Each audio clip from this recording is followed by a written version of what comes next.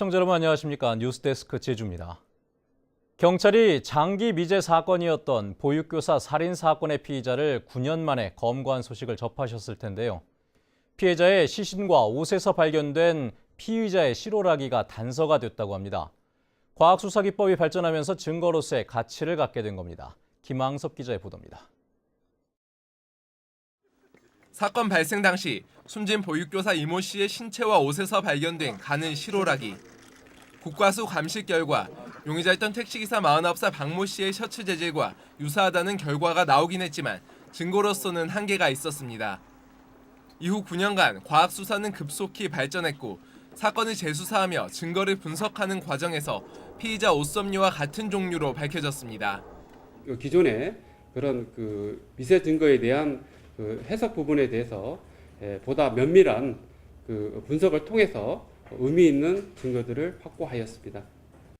동물 실험을 통해 범행 시점이 실종 당일로 확인되면서 실종 당일 새벽 CCTV에 잡힌 박 씨의 택시 이동 경로와 범행 경로가 동일하다는 점도 증거로 가치를 갖게 됐습니다.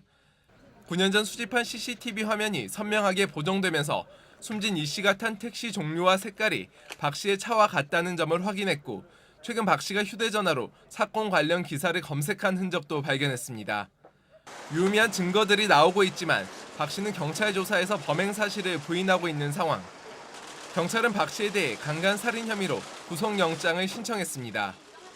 MBC 뉴스 김항섭입니다.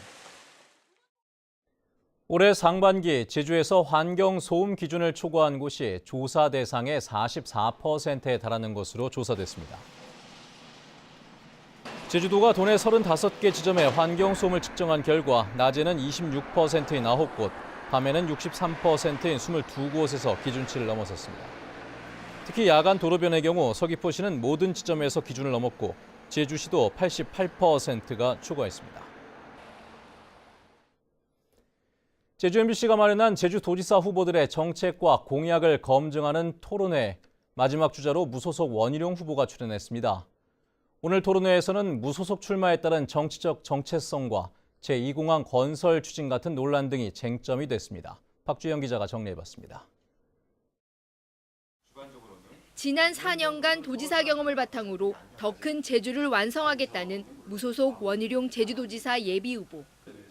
4.3 유령제 불참 등 보수 정권의 행보를 이어오다 당선을 위해 탈당한 것이라는 정치적 정체성 논란이 토론 초반 쟁점이 됐습니다. 선거 전략상 무소속으로 나온 거 아니냐, 언젠가는 다시 보수 정치로 회귀하실 거 아니냐라고 하는 의견도 있습니다. 새롭게 만들면 만들지 기존 정당에 슬그머니 들어가는 일은 없다. 전직 지사를 둘러싼 구태와 적폐 세력을 비판했지만 이들 중 일부가 선거 캠프에 함께하고 있다는 비판도 제기됐습니다. 보편적 청산을 외치면서 정작 후보 선거 과정에서는 그런 분들과 함께한다는 건 제가 보기에 논리적으로 안 맞다고 판단되는데, 저는 어떤 사람도 과거에서 철저히 결별하고 손을 씻으면 저는 새 사람이라고 생각합니다. 제2공항 추진에 대해서는 입지 타당성 재조사 과정에 도민 검증단을 구성해 참여시키겠다고 밝혔습니다. 우리가 어차피 시간이 어느 정도 있다고 한다면 그 부분을 충분히 도민들이 논의를 해서 보다 좀 좁혀진 안으로 모아보는 그런 과정도 필요하지 않을까 해서 공공부문 정규직 일자리 만개 창출에 대한 실현 가능성이 도마에 올랐고 대형 카지노 확대 이전에 대해서는 최소화하겠다고 밝혔습니다. MBC 뉴스 박주연입니다. 더불어민주당은 제주도지사 후보를 놓고 경선을 벌였던 김우남 전 민주당 제주도당위원장을 공동선대위원장에 임명했습니다.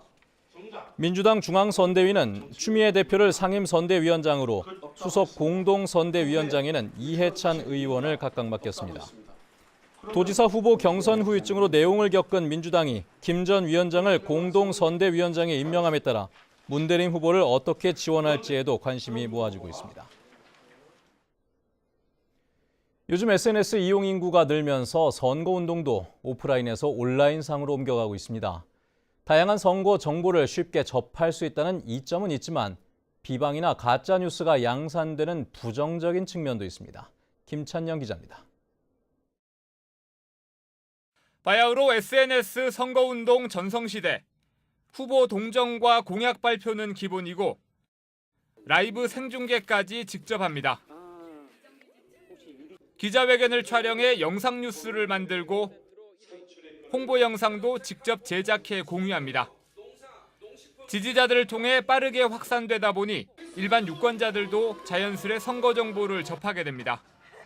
TV에서 나오는 것보다 좀 더 다양한 콘텐츠들을 볼 수 있고 또 후보자들 한 명 한 명에 대한 좀 자세한 공약이나 소개 등을 볼 수 있어서 좀 더 좋은 것 같아요. 일부 지지자들 사이에서는 상대 후보를 비방하는 선거전도 치열합니다. 제기된 의혹을 패러디한 카드 뉴스가 확산되자 최근에는 상대 후보의 과거 행적을 강조한 선전물이 늘고 있습니다. 투표일이 가까워질수록 양이나 강도는 더 심해질 것으로 보입니다. 지난해 대통령 선거 기간 동안 SNS 등 인터넷에서 적발된 제주 지역 선거법 위반 사례는 1,100여 건으로 3년 새 10배 넘게 증가했습니다. SNS에서 오르내리는 정보는 휘발성이 강하기 때문에 검증이 쉽지 않거든요. 그러다 보면 가짜뉴스라든가 일방적 비방이라든가 그래서 선거의 어떤 본질적 의미들이 사장되고 SNS는 세대나 정치적 성향 등에 따라 이용률에서 차이를 보이고 있어 SNS를 통한 선거운동이 투표 결과에 어떤 영향을 미칠지도 큰 관심사 중의 하나입니다. MBC 뉴스 김찬년입니다. 제주도 선거관리위원회는 조직적 선거 여론조작 행위를 집중 단속합니다. 또 선관위는 최근 이슈가 되고 있는 매크로를 이용한 댓글 달기와 조회수 조작 행위, 사조직을 통한 여론 조작 행위 등을 중점 단속하며 사이버 전담팀을 운영해 주 야간 정보 수집과 분석을 실시합니다. 제주도 선거관리위원회는 동창회원 등에게 음식물 등을 제공한 혐의로 모 고등학교 동창회장 A씨와 회원 B씨를 공직선거법 위반 혐의로 검찰에 고발했습니다. 이들은 이달 초 열린 모 예비의 후보 선거사무소 개소식에 동창회원들을 참석하게 하고 개소식이 끝난 뒤 인근 식당에서 식사와 주류를 제공한 혐의를 받고 있습니다.